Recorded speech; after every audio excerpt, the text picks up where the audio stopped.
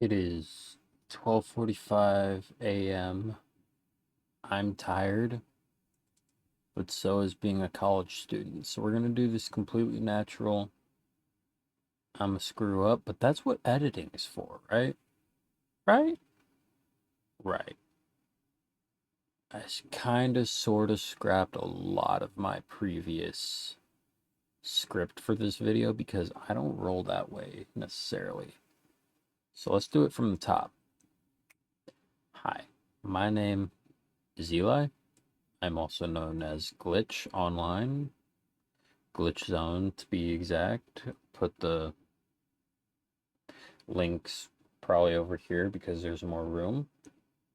But um this is my final project for the college success class. I'm probably editing it right now when you're seeing this because I'll probably edit this part out later. But I am a huge esports nerd, and my project is kind of focused around how do I market esports events, the idea of esports, and how do I market myself as a small content creator on YouTube, Twitch, Instagram, all those things. But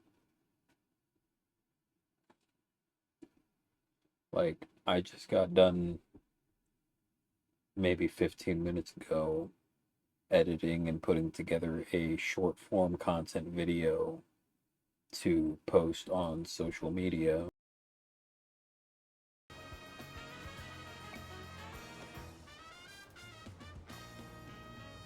He fucking huge already. Just wait. He gets bigger.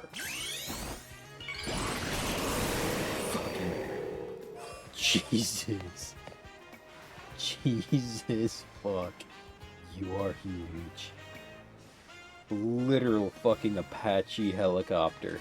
God damn.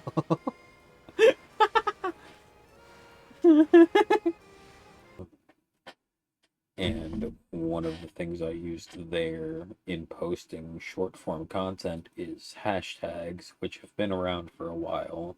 Most anyone who's been on social media understands the concept of hashtags. But if not, let me explain.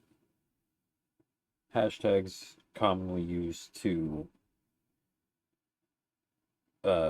gather support for a topic and to be a sort of way to gather people online for a certain topic. So, like, if I put, let's say, hashtag Pokemon, anybody that uses that will automatically be sent to a Pokemon based, basically, web page and social media for you page. It's what the algorithms will set up for you. And it is what, and you can search that hashtag as well, and you'll get that same result. You'll get a page of Pokemon stuff. And so, marketing yourself as a content creator, myself more importantly. So, like, this is gonna go on my main YouTube. It's probably where you're watching it right now.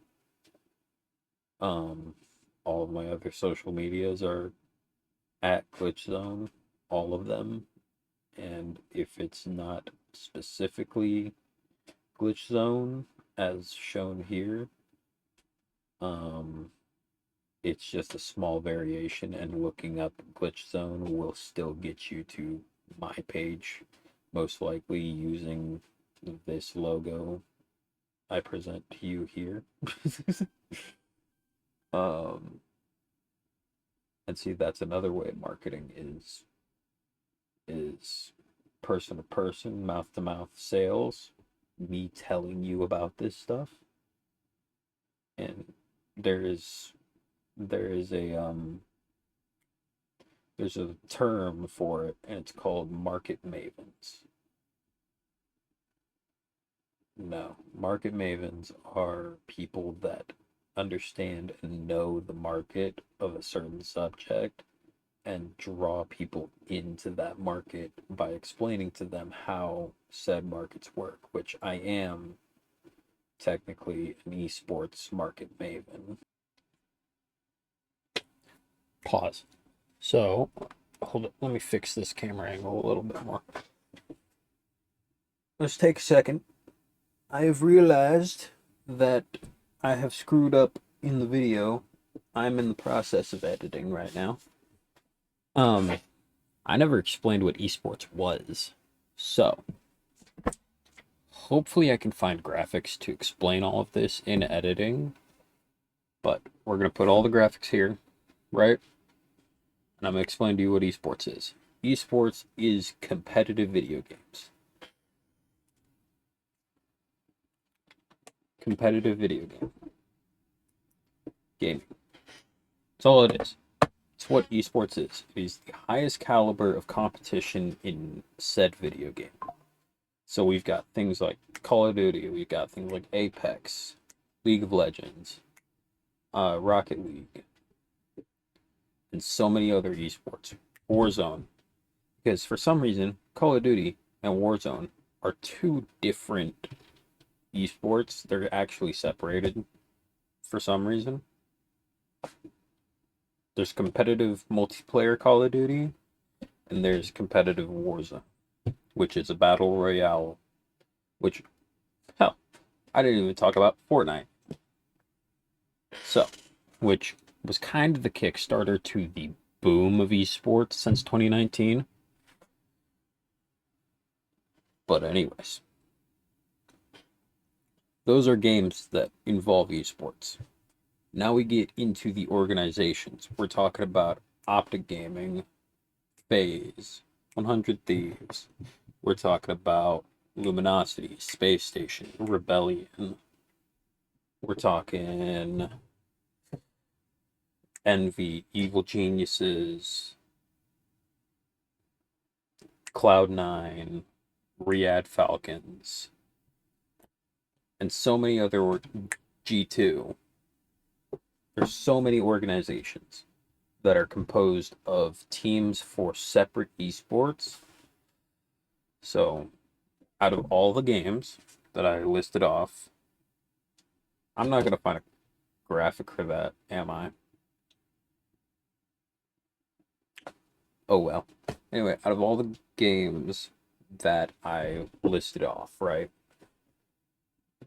Those organizations, all of these fuckers, they all have teams for the different games that I listed off earlier. And so it's kind of what esports is. We compete online in online tournaments, or we go into in-person tournaments, which are called LAN events. And I'll put up like the graphic for Call of Duty's Black Ops 7 Major 1, the first LAN event of the year, which is happening at the end of January. I'll put up the graphic right here for you guys. But that's kind of what esports is. It's a really quick summary as to what esports is. But hey, either talk to me either through comments, or there is the Discord community that I'll leave in the description of the video for anybody that has Discord, wants to come talk, wants to come hang out. I'll leave my Discord link in the description of the video. And yeah, come hang out. We talk casual gaming, we talk esports, and yeah, it's pretty fun. Alrighty. Back to your scheduled broadcasts. I know way too much about the esports space. I follow almost every competitive gaming organization there is, all of the big names that have won tournaments in the past. So, I am an esports maven. And recently I went to the um, Halo World Championship Series, the HCS Finals here in Seattle, back on October, I want to say 28th through 30th. Might have been 27 through 29, but I finally went to an esports event. It was my first one, and something I noticed was that there were there wasn't a lot of advertising for anything but Halo in general, the game that they were competing on.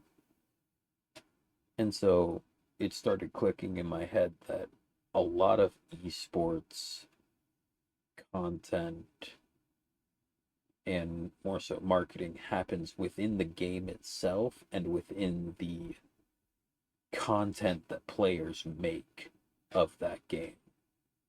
And that's really where the marketing for it all is happening. There's something called in-game ads, which should be playing somewhere in the screen right now. Yeah, you see the in-game marketing, and usually it's for stuff happening for the general public. But when things like Call of Duty Champs rolls around, or a new bundle that you can purchase in a game revolving around esports, it'll come up as an in-game ad. It'll pop up as soon as you boot up the game. And so there is quite a lot of push for esports, but there's a very specific demographic for esports, as it's still slightly unknown. It's definitely growing, and it's growing at an exponential rate because of, I mean, let's take the Call of Duty League for example, right? That league started in 2019 on Modern Warfare 2019 remaster, and it is now entering its sixth season as we're going into the Black Ops 7 game, which came out um, the past Friday. Legally came out. Anyways, recently came out past Friday, so I want to say, oh, I should say November 14th, Black Ops 7 fully released around the world. And we're entering that new competitive season, the new rule sets, the new metas. Metas are the most competitively viable option for players. So we're entering a new year. It's a new season coming up, and we're going into it soon. Hello, Larry. Anyways, cat. But so there isn't much marketing for it all right now. It's outside of the esports organizations that are currently doing content for the new game. So let's take Optic, right? Optic Gaming is a huge esports organization. It's been around since 2006, 1 year after I was born. So they're as old as me, and they've been competing in champions for damn near the same amount of time. Close to, if not the same amount of time, right? And they just went back to back in Call of Duty titles.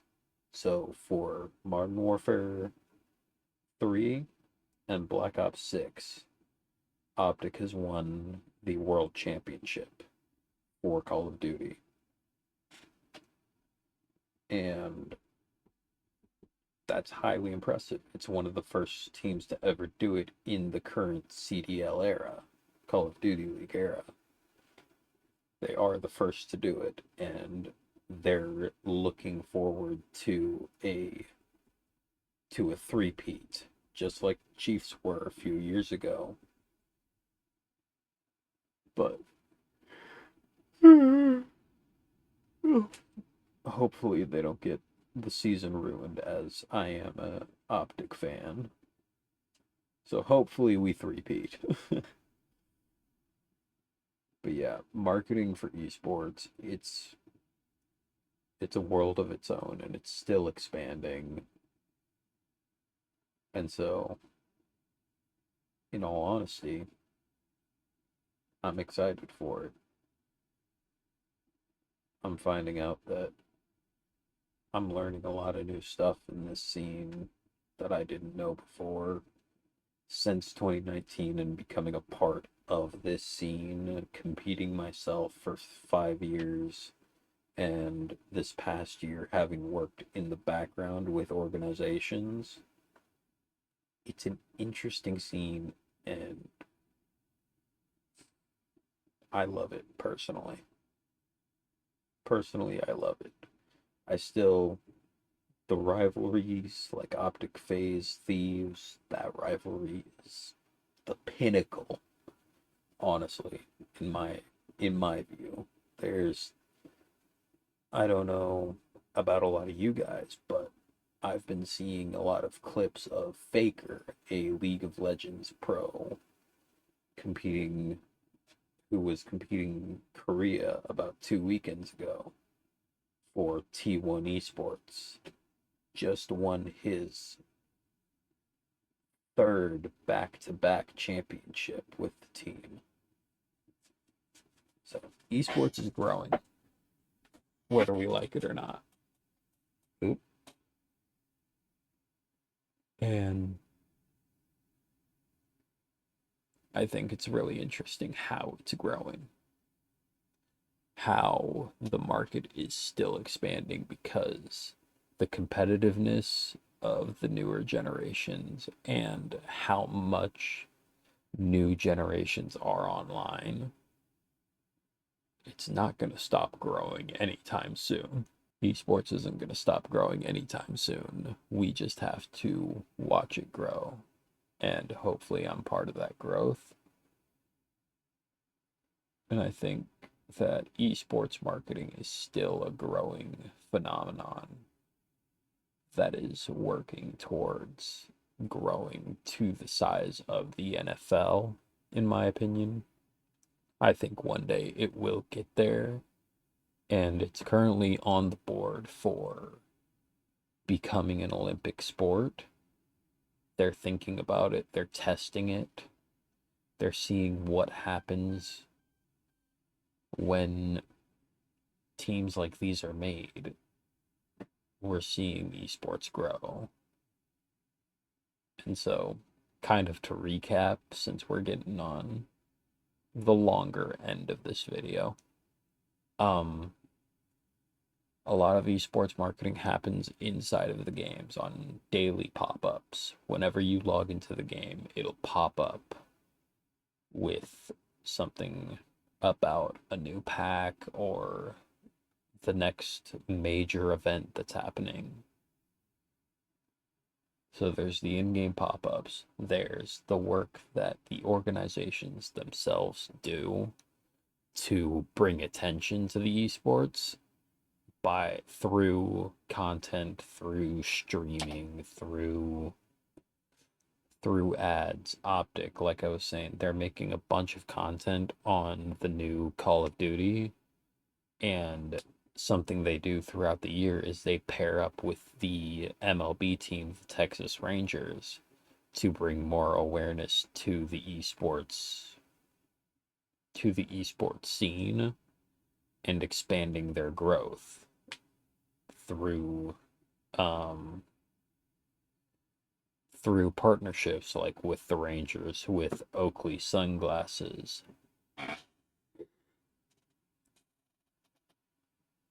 whatnot.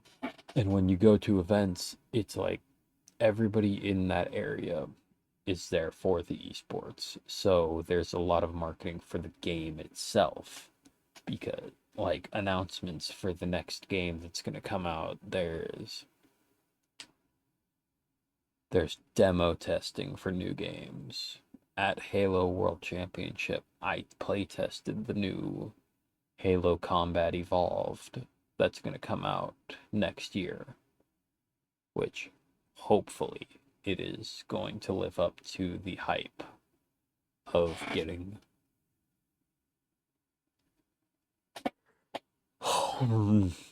hopefully it's going to live up to the hype of getting Halo on PlayStation finally. But yeah, hopefully I add more to this video later on. Hopefully. There's a lot of work to be done here. And I don't think this will be the last time I talk about esports and marketing as a general topic video on my channel. So, hopefully you guys choose to stick around, see where my personal content takes me, where the business side of my life takes me in esports. And yeah, I'm excited to see where we go from here in esports. I think the future's brighter than ever for us. But yeah,